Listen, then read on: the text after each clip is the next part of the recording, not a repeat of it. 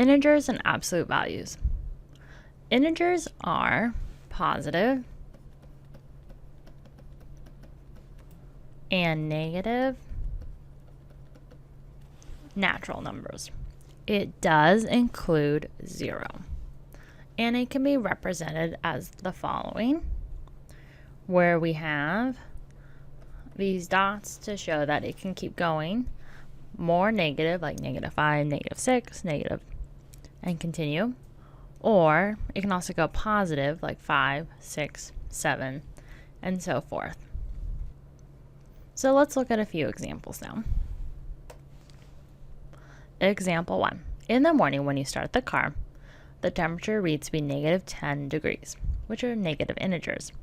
Then you notice by afternoon, the car reads the temperature to be +10 degrees, which is positive integers. What does this change mathematically look like?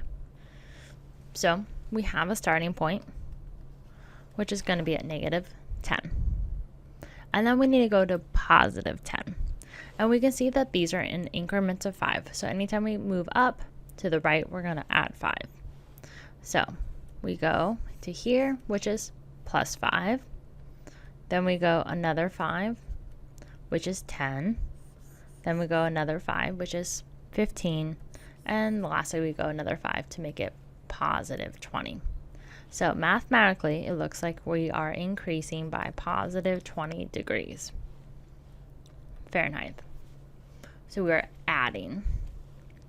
So let's look at another example. In the afternoon, the temperature reads to be 25 degrees Fahrenheit. In the evening, the temperature is now 10 degrees Fahrenheit. What does this change mathematically look like? So instead, we're now starting on the right, and we're going to move to the left as we're going negative, or we're going down. So we start at 25, and we go down 5, so that's 5. Then we go down another 5, so that's 10. And last we do the last 5, which is 15.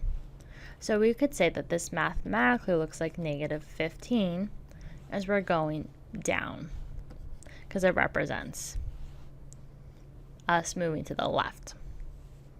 So let's look at another example. Example 3. An absolute value states that the number of units or distance that it takes to move from one spot to another spot on a number line.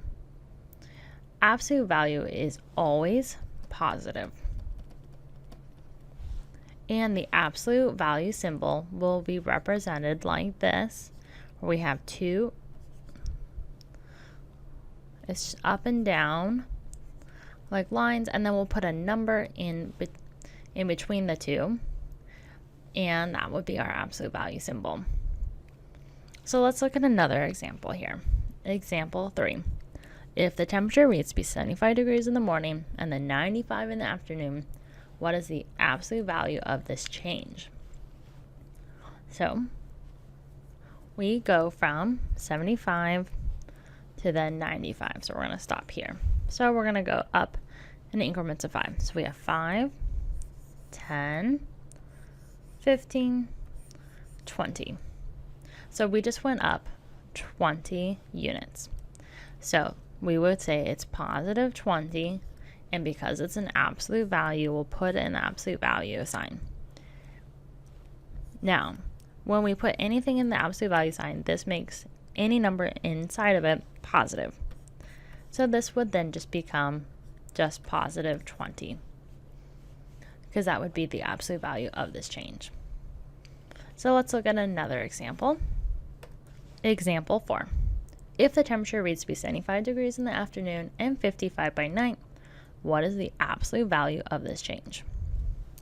So we're going to start on the right, and we're going to move to the left. So we go down, and we're going to stop here. So we go down 5, then we have 10, 15, 20. So we're looking for the absolute value. So if we're going to the left, then that means we're going negative, because we're becoming less positive. So we're going to put in the absolute value sign, -20, And anything inside these absolute value signs then just becomes positive 20. Absolute value is just concerned about the distance traveled, and it is always positive. So this is just positive 20.